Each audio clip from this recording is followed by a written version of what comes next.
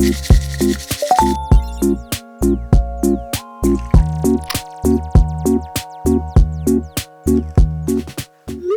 friends, welcome to my channel. My name is Emmy and today we're going to be getting into something delicious and trending in 2025. So these are my top 5 matcha powders of 2025. These are the matchas that I genuinely used and loved throughout last year and ones that I have also repurchased as well. And I've tried a lot of matcha this past year. And before we start, I would like to preface that I do mostly drink matcha lattes. I do enjoy an isucha from time to time, but for daily use, I mostly do drink lattes. And I do tend to lean towards a more umami and nutty flavor profile. And so if you do like a similar matcha profile, hopefully you can find your next favorite one in this list too. And at the end, I'll be sharing some matchas that I will not be repurchasing in 2026, and also some matchas that I am really excited to try this year. So yeah, grab your matcha and let's get into it. Alright, starting off at number 5 is Akira from Matcha Konomi. And honestly, this is probably one of the best affordable and accessible matchas you can get. And this is also the first ceremonial grade matcha that I've purchased, and I loved it so much I had it on a subscription. And you can see that I purchased this over 28 times. I started getting into matcha back in 2021, so this was the powder that started it all. And I did repurchase this last year just to see if I still loved it as much as I did when I first started out. And even after trying all the matchas that I did last year, I still genuinely think this is a great beginner matcha, especially for the price and the accessibility. This is available on Amazon for $28 for a 30-gram tin. It has a clean, smooth, and balanced flavor, and it is great especially if you're newer to matcha or you want something reliable that doesn't cost a ton of money. It's not too grassy, not too earthy, just a really balanced and great everyday matcha. If someone were to ask me where to start if they were just getting into matcha, then Akira would be the one that I recommend. And then number 4 is Aorashi from Marikyu Koyamayan. I don't have the tin anymore. I think it got lost in the move last year, but I will insert a picture here. And this is my current favorite everyday matcha for lattes. I do have it in my 100-gram Kuru matcha tin, and this is another one I repurchased in 2025. And this is the lowest tier on their principal matcha list. And personally, I think this is one of the better ones for lattes because the matcha flavor is strong enough to hold up against the milk. It's refreshing, it's nutty, it's creamy, and I did love it enough to buy a 100-gram bag of it. And you know that's a commitment because 100 grams will last you a very long time and you will probably be drinking it every day for a couple months at least. And coming in at number 3 is Ippudo's Sayaka. And this was the next step up for me from Akira when I first started getting into matcha.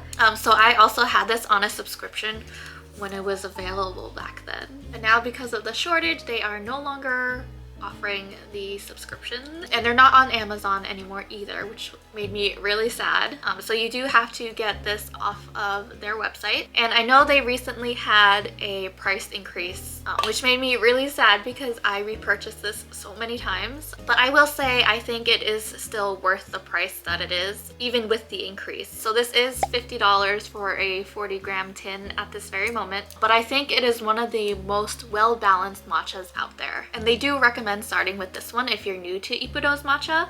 It's smooth umami with a slight astringency, and this is great in a latte and in a sucha. And Ippudo is one of the most trusted brands, and you know you're getting a good quality matcha if you're buying from them. In second place is Yame no Mukashi from JJ Market, or now it is known as Wakokoro tea. And Yame matcha does come from Fukuoka, which is a different region from the typical Uji Kyoto region. So Yame matchas tend to have a deeper, nuttier, almost chocolatey flavor profile, and that's why I am drawn to them so much. This is my cozy matcha. I have tried other Yame matchas from different brands, but this is the one that I just kept thinking about after I finished the tin. So the only thing with this one is it does ship from Japan, and so shipping will be a little more expensive. Great for a latte or an usucha. So if you are looking for a nuttier matcha, definitely look for one that was sourced from Yame. Alright, and then for my number 1 matcha of 2025 is Seikan no Shiro from Nakamura Tokichi. I did get rid of the tin. I don't know why, because I love hoarding my tins. And what I love about Nakamura Tokichi is that they have such great quality matcha for its price point. No Shiro is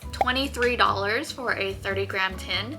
And Seikan no Shiro is smooth, not bitter at all, and has such a nice nutty and sweet flavor profile. So I would always actually reach for this one if I was drinking an usucha, but it also works so great in lattes. And this was another one of those matchas that I could not stop thinking about after I finished. This also does come from Japan, but shipping for Nakamura Tokichi is a lot more affordable. So it's also pretty accessible, not as accessible as ones you can get on Amazon, but great quality, great price, easy and fast shipping.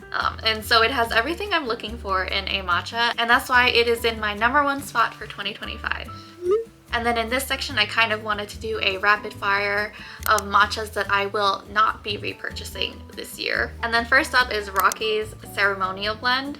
Now don't get me wrong, this is a good matcha. It's also from Yame and nutty as well. Rocky's also did have a price increase last year, and I just don't think that this is worth the price anymore. It's now $36 for only 20 grams of matcha. I kept it at the original price. I probably would have repurchased, but I just don't think it's worth the price it is anymore. And this also may be a little controversial, but I'm also including other Marukyuu Koyamaen's higher tiered matchas. So we have Chigi no Shiro, Yugen. I feel like people might come for me for this, but also WhiskeryCo. I know WhiskeryCo is very, very much loved among the matcha community, but I have found that their higher tiered matchas are definitely a lot more lighter. So personally, I don't think it holds up well against milk in a latte. Probably better enjoyed as just an usucha or koicha, and they are definitely more expensive as well.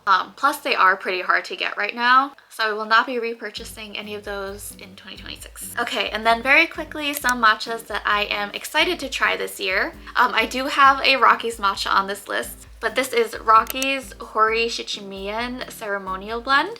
I have been wanting to try Hori Shichimian's matchas for a long time, but they are just so hard to get these days unless you're going to Japan. And when I tried to order from their website, the shipping was $40, and I could not justify paying more for shipping than the actual matcha product. So I unfortunately did not go through with that purchase. But when I saw that Rocky's partnered up with them to make this blend, I definitely had to snag it. This is priced at what the ceremonial blend used to be, $108 for 100 grams. And that is a price point that I am okay with, and especially since it's Hori Shichimian. And so I am really excited to try this one this year. Another brand that I am excited to get into this year is Kettle. So I was able to snag Kettle's Hukuju matcha. This is also a Yame matcha, and I've heard very good things about Kettle, and the website says it has notes of chestnut and pistachio, which sounds right up my alley, and I cannot wait to try this one out. And others on my list to try that I have not purchased yet are Honeymoon Matcha. I heard they have a great nutty Yame matcha, and one of my friends also recommended Frost, and we have similar matcha preferences, so I did add that to my list to try. And then my dream matcha to try in 2026 is Hoshino Seichean's Yame no Hana or Yame no Suyu. Again, a Yame matcha, but it is so hard to get your hands on it. And I've heard so many good things from people that have tried it. I hear it's even hard to get it in Japan. We'll see if I can even get my hands on it at some point this year. I don't know. But to end the video on a good note, these are some of the matchas that I am genuinely excited to try this year. And that was my top 5 matcha powders of 2025, plus a few that I am really excited to try this year. Thank you guys so much for watching, and if you enjoyed the video, don't forget to hit the like button down below, and let me know in the comments which matcha was your favorite in 2025. I'll see you guys in the next video. Bye!